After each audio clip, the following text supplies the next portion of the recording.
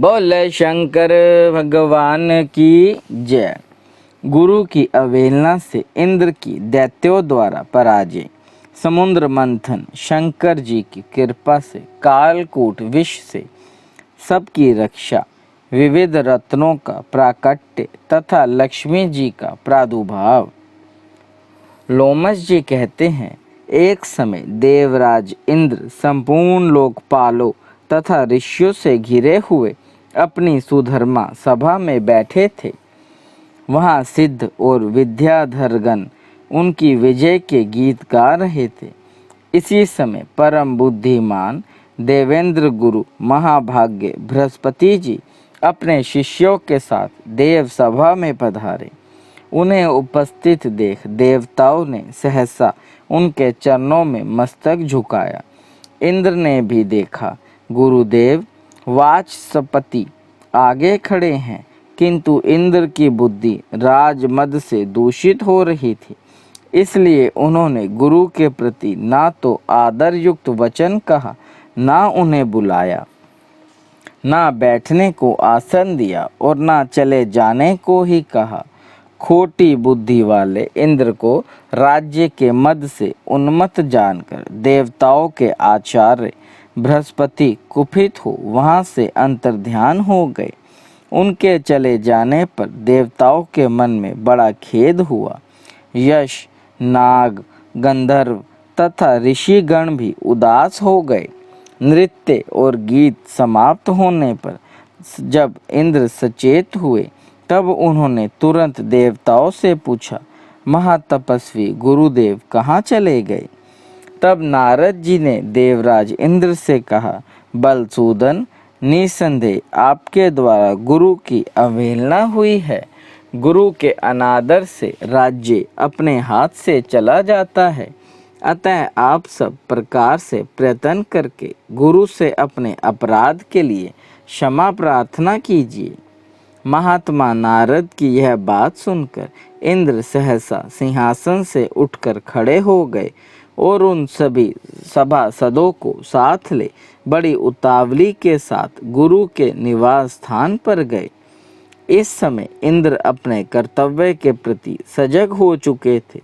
वहां गुरु पत्नी तारा को देखकर उन्होंने प्रणाम किया और पूछा, देवी महातपस्वी गुरुजी कहाँ गए हैं?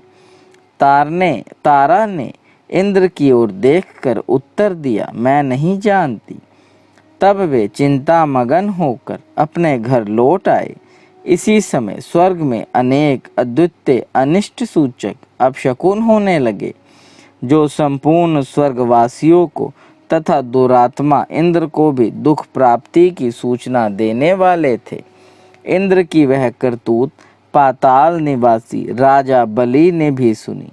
फिर तो वे दैत्यों को बहुत बड़ी सेना साथ ले पाताल से अमरावती पुरी पर चढ़ गए। उस समय देवताओं का दानवों के साथ बड़ा भयंकर युद्ध हुआ। उसमें दैत्यों ने देवताओं को परास्त कर दिया। एक ही क्षण में दूषित हृदय वाले अविवेकी इंद्र का सातों अंगों सहित संपूर्ण राज्य दैत्यों ने अपने अधिकार में कर लिया। विजयी दैत्य शीघ्र पाताल को चले गए। शुक्राचार्य की कृपा से ही दैत्यगण विजयी हुए थे। इंद्र की राज्य लक्ष्मी नष्ट हो चुकी थी, इसलिए देवताओं ने भी सर्वथा उनका त्याग कर दिया। श्रीहीन इंद्र स्वर्गलोक से अन्यत्र चले गए। कमल के समान कमनीय नेत्रों वाली इंद्र पत्नी शची भी दूसरों की दृष्टि से छिपकर रहने लगी। ऐरावत नामक महान गजराज तथा उच्चैव शवा अश्व आदि जो बहुत से रतन थे, उन्हें दुष्ट दैत्यों ने लोभवश स्वर्गलोक से पाताल में पहुंचा दिया। परंतु वे रतन पुण्यात्मा पुरुषों के ही उपभोग में आने वाले थे। अतः दैत्यों के अधिकार में ना रहकर समुद्र में कूद पड़े।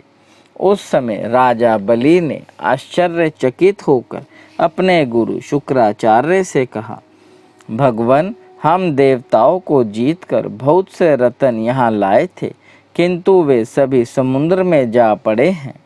यह तो बड़ी अद्वितीय बात है। राजा बलि की यह बात सुनकर शुक्राचार्य ने उत्तर दिया, राजन, 100 अश्वमेध यज्ञों की दीक्षा लेकर उन्हें पूर्ण करने पर ही तुम्हारा देवताओं के राज्य पर अधिकार होगा। इसमें तनिक भी संदेह नहीं है। जो 100 अश्वमेध यज्ञों का अनुष्ठान कर लेता है वही स्वर्गलोक के राज्य को भोगने का अधिकारी होता है। अश्वमेध यज्ञ के बिना स्वर्ग की कोई भी वस्तु उपभोग में नहीं लाई जा सकती। गुरु का यह वचन सुनकर राजा बलि उस समय चुप हो रहे और दानवों के साथ उचित कार्यों में लग गए। इंद्र बड़ी शोचनीय दशा को प्राप्त हो गए। वे ब्रह्मा जी के पास गए और स्वर्ग के राज्य पर जो भय आदि प्राप्त हुआ था वह सब समाचार उन्हें कह सुनाया।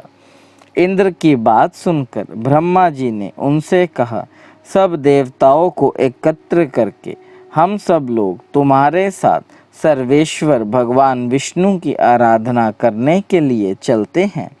ऐसा ही हो। यह सलाह करके इंद्र आदि संपूर्ण लोकपाल ब्रह्मा जी को आगे रखकर क्षीर समुद्र के तट पर गए। वहां उन सब ने परस्पर विचार करके भगवान विष्णु की स्तुति आरंभ की। ब्रह्मा जी बोले, देव देव जगन्नाथ, देवता और दैत्य दोनों आपके चरणों में मस्तक झुकाते हैं। आपकी कीर्ति परम पवित्र है। आप अविनाशी और अनंत हैं। परमात्मा, आपका नमस्कार है। रमापते, आप यज्ञ हैं, यज्ञ रूप हैं तथा यज्ञांग हैं। अतः आज कृपा करके देवताओं को वरदान दीजिए। भगवान गुरु की अवहेलना करने के कारण इंद्र इस समय ऋषियों सहित स्वर्ग के राज्य से भ्रष्ट हो चुके हैं, इसलिए इनका उद्धार कीजिए। श्री भगवान बोले, देवगण, गुरु की अवहेलना करने से सारा अभ्युदय नष्ट हो जाता है। जो पापी है, अधर्म में तत्पर है तथा केवल विषयों में ही रचे पचे रहते हैं, जो जिनके द्वारा अपने माता पिता की निंदा होती रहती है, वे निसंदेह बड़े भाग्यहीन हैं। ब्राह्मण, इस इंद्र ने जो अन्यायन किया है उसका फल इसे तत्काल प्राप्त हो गया। केवल इंद्र के ही कर्म से संपूर्ण देवताओं पर संकट आया है। जब किसी भी पुरुष के लिए विपरीत काल उपस्थित हो जाए तब उसे दूसरों का सहयोग प्राप्त करने की चेष्टा करनी चाहिए। बुद्धिमान पुरुष अपने संपूर्ण मनोरथों की सिद्धि के लिए अन्य प्राणियों के साथ मैत्री करते हैं। अतः इंद्र, तुम मेरी बात मानो। इस समय अपना काम बनाने के लिए तुम्हें दैत्यों के साथ मेल जोल कर लेना चाहिए। भगवान विष्णु के इस प्रकार आज्ञा देने पर परम बुद्धिमान इंद्र अमरावती छोड़कर देवताओं के साथ सूतल लोक में गए। इंद्र आए हैं यह सुनकर राजा इंद्रसेन बलि रोष में भर गए। उन्होंने अपनी सेना के साथ जाकर इंद्र को मार डालने का विचार किया। उस समय देवर्षि नारद ने बलवानों में श्रेष्ठ राजा बलि और दैत्यों को ऊंच नीच समझाकर उन्हें इंद्र के वध से रोका। देवऋषि के ही कहने से राजा बलि ने इंद्र के प्रति अपना रोष त्याग दिया। इतने में ही इंद्र भी अपनी सेना के साथ आ पहुँचे। राजा बलि ने देखा लोकपालों से घिरे हुए इंद्र श्रीहीन हो गए हैं। अब उन्हें प्रभुता का मद नहीं रह गया है।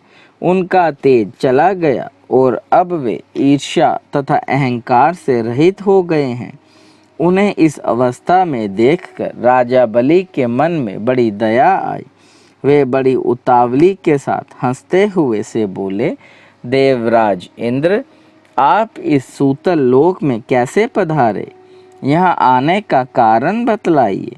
बलि की यह बात सुनकर इंद्र मुस्कुराते हुए बोले, भैया, हम सब देवता क्रोध के अधीन हो रहे हैं।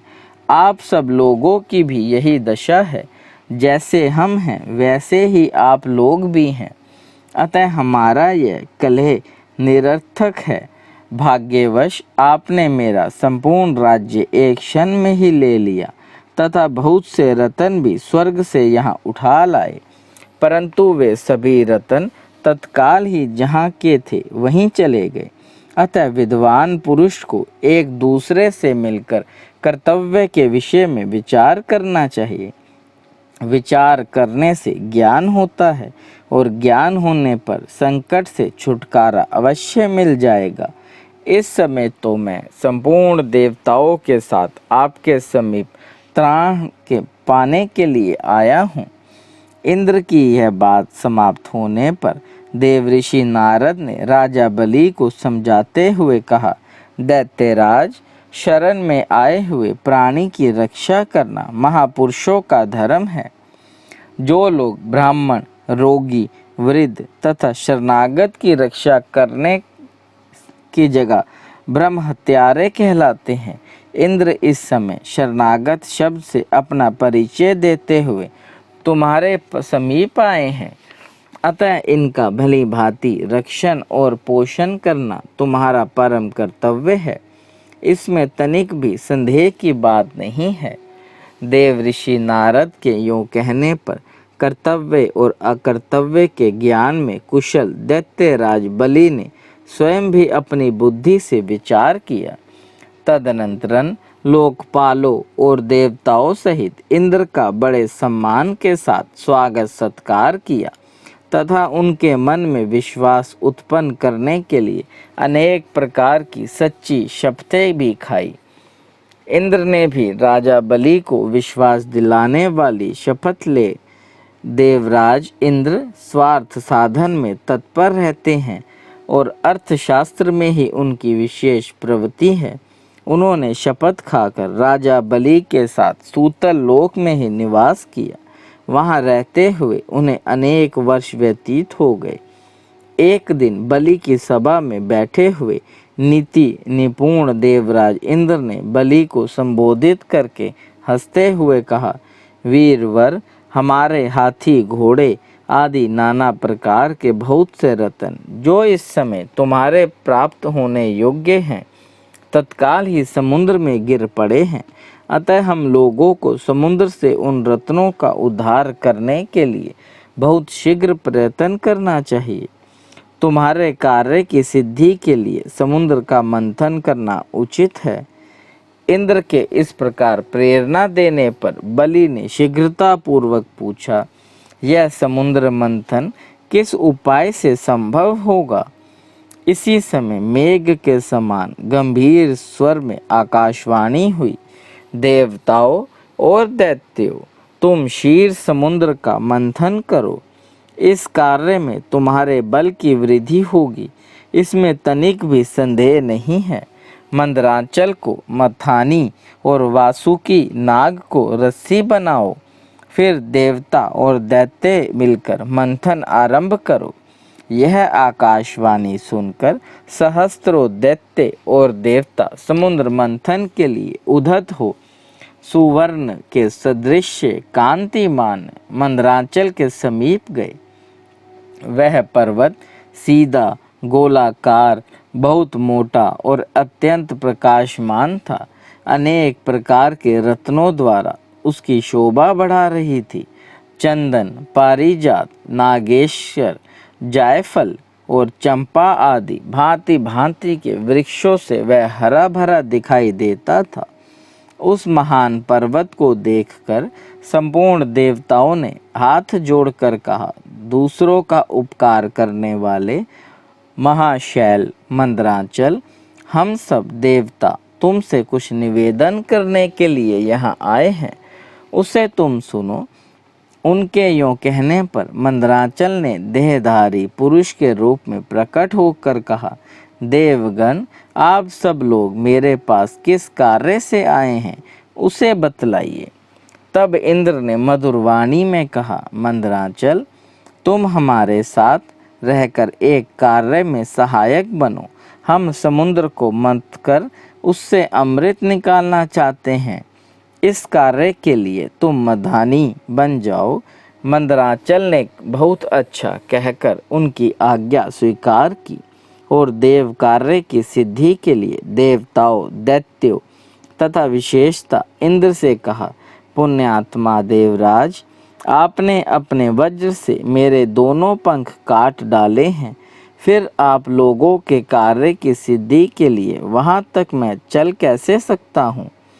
तब संपूर्ण देवताओं और दैत्यों ने उस अनुपम पर्वत को क्षीर समुद्र तक ले जाने की इच्छा से उखाड़ लिया, परंतु वे उसे धारण करने में समर्थ न हो सके। वह महान पर्वत उसी समय देवताओं और दैत्यों के ऊपर गिर पड़ा। कोई कुचल गए और कोई मर गए, कोई मूर्छित हो गए, कोई एक दूसरे को कोसने और चिल्लाने लगे तथा कुछ लोगों ने बड़े क्लेश का अनुभव किया। इस प्रकार उनका उद्यम और उत्साह भंग हो गया। वे देवता और दानव सचेत होने पर जगदीश्वर भगवान विष्णु की स्तुति करने लगे। शरणागत वत्सल्य महाविष्णु, हमारी रक्षा कीजिए, रक्षा कीजिए। आपने ही इस संपूर्ण चराचर जगत को व्याप्त कर रखा है। उस समय देवताओं का कार्य सिद्ध करने के लिए गरुड़ की पीठ पर बैठे हुए भगवान विष्णु सहसा वहां प्रकट हो गए। वे सबको अभय देने वाले हैं। उन्होंने देवताओं और दैत्यों की ओर दृष्टिपात करके खेल खेल में ही उस समय पर्वत को उठाकर गरुड़ की पीठ पर रख दिया। फिर वे देवताओं और दैत्यों को क्षीर समुद्र के उत्तर तट पर ले गए और पर्वत श्रेष्ठ मंदराचल को समुद्र में डालकर तुरंत वहां से चल दिए। तदनंतरन सब देवता दैत्यों का साथ लेकर वासुकी नाग के समीप गए और उनसे भी अपनी प्रार्थना स्वीकार कराई। इस प्रकार मंदराचल को मधानी और वासुकी नाग को रस्सी बनाकर देवताओं और दैत्यों ने क्षीर समुद्र का मंथन आरंभ किया। इतने में ही वह पर्वत समुद्र में डूबकर रसातल को जा पहुंचा। तब लक्ष्मीपति भगवान विष्णु ने कच्छ रूप से धारण करके तत्काल ही मंदराचल को ऊपर उठा दिया। उस समय यह एक अद्वितीय घटना हुई। फिर जब देवता और दैत्यों ने मधानी को घुमाना आरंभ किया, तब वह पर्वत बिना गुरु के ज्ञान की भांति कोई सुदृढ़ आधार न होने के कारण इधर उधर डोलने लगा। यह देख परमात्मा भगवान विष्णु स्वयं ही मंदराचल के आधार पर बन गए और उन्होंने अपनी चारों भुजाओं से मधानी बने हुए उस पर्वत को भली भांति पकड़कर उसे सुखपूर्वक घुमाने योग्य बना दिया। तब अत्यंत बलवान देवता और दैत्य एकीभूत हो अधिक जोर लगाकर क्षीर समुद्र का मंथन करने लगे। कश्यप रूपधारी भगवान की पीठ जन्म से ही कठोर थी और उस पर घूमने वाला पर्वत श्रेष्ठ मंदराचल भी वज्रसार की भांति दृढ़ था।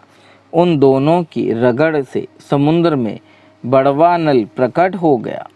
साथ ही हलाहल विष उत्पन्न हुआ। उस विष को सबसे पहले नारद जी ने देखा। तब अमित तेजस्वी देवऋषि देवताओं को पुकार कर कहा, अदिति कुमारों, अब तुम समुद्र का मंथन ना करो। इस समय संपूर्ण उपद्रव्यों का नाश करने वाले भगवान शिव की प्रार्थना करो। वे परात्पर हैं, परमानंद स्वरूप हैं तथा योगी पुरुष भी उन्हीं का ध्यान करते हैं। देवता अपने स्वार्थ साधन में संलग्न हो समुद्र मथ रहे थे। वे अपनी ही अभिलाषा में तन्मय होने के कारण नारद जी की बात नहीं सुन सके। केवल उधम का भरोसा करके वे क्षीर सागर के मंथन में संलग्न थे। अधिक मंथन से जो हलाहल विष प्रकट हुआ, वे तीनों लोकों को भस्म कर देने वाला था। वह प्रोण विष देवताओं का प्राण देने के लिए उनके समीप आ पहुंचा और ऊपर नीचे तथा संपूर्ण दिशाओं में फैल गया। समस्त प्राणियों को अपना ग्रास बनाने के लिए प्रकट हुए उस कालकूट विष को देखकर वे सब देवता और दैत्य हाथ में पकड़े हुए नागराज वासुकी को मंदराचल पर्वत सहित वहीं छोड़ भाग खड़े हुए। उस समय उस लोक संहारकारी कालकूट विष को भगवान शिव ने स्वयं अपना ग्रास बना दिया। उन्होंने इस विष को निर्मल निर्दोष कर दिया। इस प्रकार भगवान शंकर की बड़ी भारी कृपा होने से देवता, असुर, मनुष्य तथा संपूर्ण त्रिलोकी की उस समय कालकूट विष से रक्षा हुई। तदनंतर भगवान विष्णु के समीप मंदराचल को मधानी और वासुकी नाग को रस्सी बनाकर देवताओं ने पुनः समुद्र मंथन आरंभ किया। तब समुद्र से देव कार्य की सिद्धि के लिए अमृतमय कलाओं से परिपूर्ण चंद्रदेव प्रकट हुए। संपूर्ण देवता, असुर और दानवों ने भगवान चंद्रमा को प्रणाम किया और गर्गाचार्य जी से अपने अपने चंद्र बल की यथार्थ रूप से जिज्ञासा की।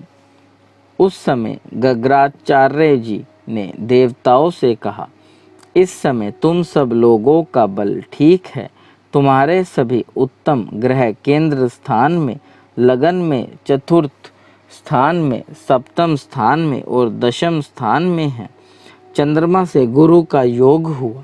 बुध, सूर्य, शुक्र, शनि और मंगल भी चंद्रमा से संयुक्त हुए हैं।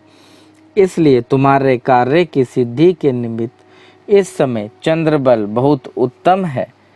यह गोमंत नामक मूर्त है जो विजय प्रदान करने वाला है। महात्मा गग्र जी ने इस प्रकार आश्वासन देने पर महाबली देवता गर्जना करते हुए बड़े वेग से समुद्र मंथन करने लगे। मथे जाते हुए समुद्र के चारों ओर बड़े जोर की आवाज उठ रही थी। इस बार के मंथन से देव कार्यों की सिद्धि के लिए साक्षात सुरभि कामधेनु प्रकट हुई। उन्हें काले, श्वेत, पीले, हरे तथा लाल रंग के सैकड़ों गौवें घेरे हुई थी। उस समय ऋषियों ने बड़े हर्ष में भरकर देवताओं और दैत्यों से कामधेनु के लिए याचना की और कहा, आप सब लोग मिलकर भिन्न भिन्न गोत्र वाले ब्राह्मणों को कामधेनु सहित इन संपूर्ण गौओं का दान अवश्य करें।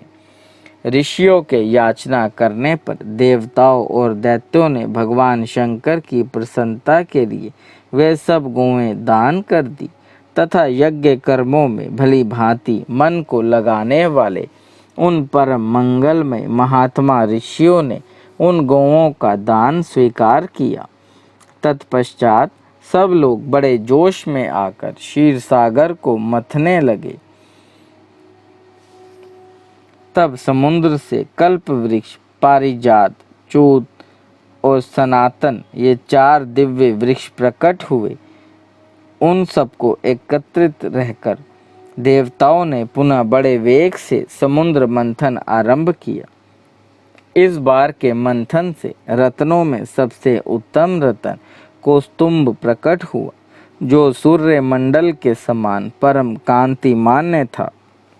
वह अपने प्रकाश से तीनों लोकों को प्रकाशित कर रहा था। देवताओं ने चिंतामणि को आगे रखकर कौस्तुभ को दर्शन किया और उससे भगवान विष्णु की सेवा में भेंट कर दिया। तदनंतर चिंतामणि को मध्यम रखकर देवताओं और दैत्यों ने पुनः समुद्र को मथना आरंभ किया। वे सभी बल में बढ़े चढ़े थे और बार बार गर्जना कर रहे थे। अब की बार उस मथे जाते हुए समुद्र से उच्चे श्रवा नामक अश्व प्रकट हुआ। वह समस्त अश्व जाति में एक अद्वितीय रतन था। उसके बाद गज जाति में रतनभूत ऐरावत प्रकट हुए। उसके साथ श्वेत वर्ण के 64 हाथी और थे। ऐरावत के 4 दांत बाहर निकले हुए थे और मस्तक से मद की धारा बह रही थी। इन सब को भी मध्यम ही स्थापित करके वे सब पुनः समुद्र मंथन में लगे। उस समय उस समुद्र से मदिरा, भांग, काकड़, सिंगी, लहसुन, गाजर, अत्यधिक उन्मादकारक धतूर तथा पुष्कर आदि बहुत सी वस्तुएं प्रकट हुई। इन सबको भी समुद्र के किनारे एक स्थान पर रख दिया गया। तत्पश्चात वे श्रेष्ठ देवता और दानव पुनः पहले की ही भांति समुद्र मंथन करने लगे। की बार समुद्र से संपूर्ण भुवनों की एकमात्र अधीश्वरी दिव्य रूपा देवी महालक्ष्मी प्रकट हुई, जिन्हें ब्रह्मवेत्ता पुरुष वेदांत विद्या कहते हैं। इन्हीं को दूसरे लोग मूल विद्या कहकर पुकारते हैं। कुछ सामर्थ्यशाली महात्मा इन्हीं को वाणी और ब्रह्म विद्या भी कहते हैं। कोई कोई इन्हीं को रिद्धि, सिद्धि, आज्ञा और आशा नाम देते हैं। कोई योगी पुरुष इन्हीं को वैष्णवी कहते हैं।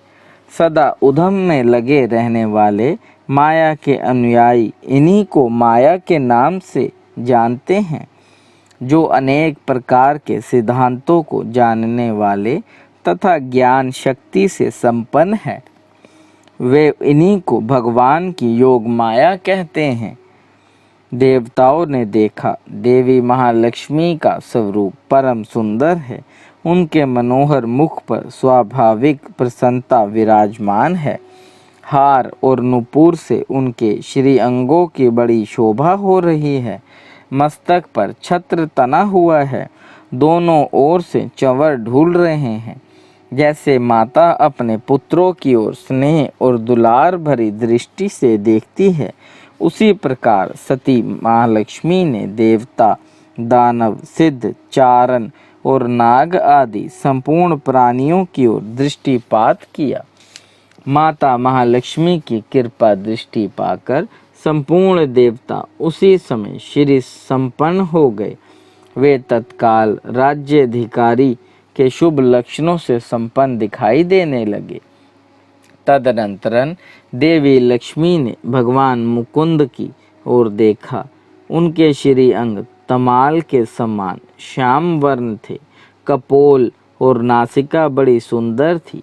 वे परम मनोहर दिव्य शरीर से प्रकाशित हो रहे थे। उनके वक्ष स्थल में श्री वत्स्य का चिन्ह सुशोभित था। भगवान के एक हाथ में कुमोद की गदा शोभा पा रही थी। भगवान नारायण की उस दिव्य शोभा को देखते ही लक्ष्मी जी आश्चर्यचकित हो उठी और हाथ में वनमाला ले सहसा हाथी से उतर पड़ी। वह माला श्री जी ने अपने ही हाथों बनाई थी। उसके ऊपर ब्रह्म मंडरा रहे थे। देवी ने वह सुंदर वनमाला परम पुरुष भगवान विष्णु के कंठ में पहना दी और स्वयं उनके वाम भाग में जाकर खड़ी हो गई। उन शोभाशाली दंपत्ति का वहां दर्शन करके संपूर्ण देवता, दैत्य, सिद्ध, अप्सराएं, किन्नर तथा चारणगण परम आनंद को प्राप्त हुए। बोल शंकर भगवान की जय। देव देव महादेव करुणा निधान भक्त वत्सल्य शिव शंकर भोलेनाथ प्रसन्न होइए त्रिलोकीनाथ। सदैव अपने चरणाविंदों में लगाए रखे, सद्बुद्धि प्रदान करे। सृष्टि के कर्ता धर्ता संहार हरता, आपसे ही जीवन आपसे ही मरण महादेव। बच्चा पुलनहार तुसी बख्शनहार त्रिलोकीनाथ, कृपा दृष्टि बनाए रखे। हर हर महादेव। कर पूर्ण गौरम करुणावतारम संसार सारम भुजगेन्द्रहारम सदा बसंतम हृदयारविंदे भवं भवानी सहितं नमामि।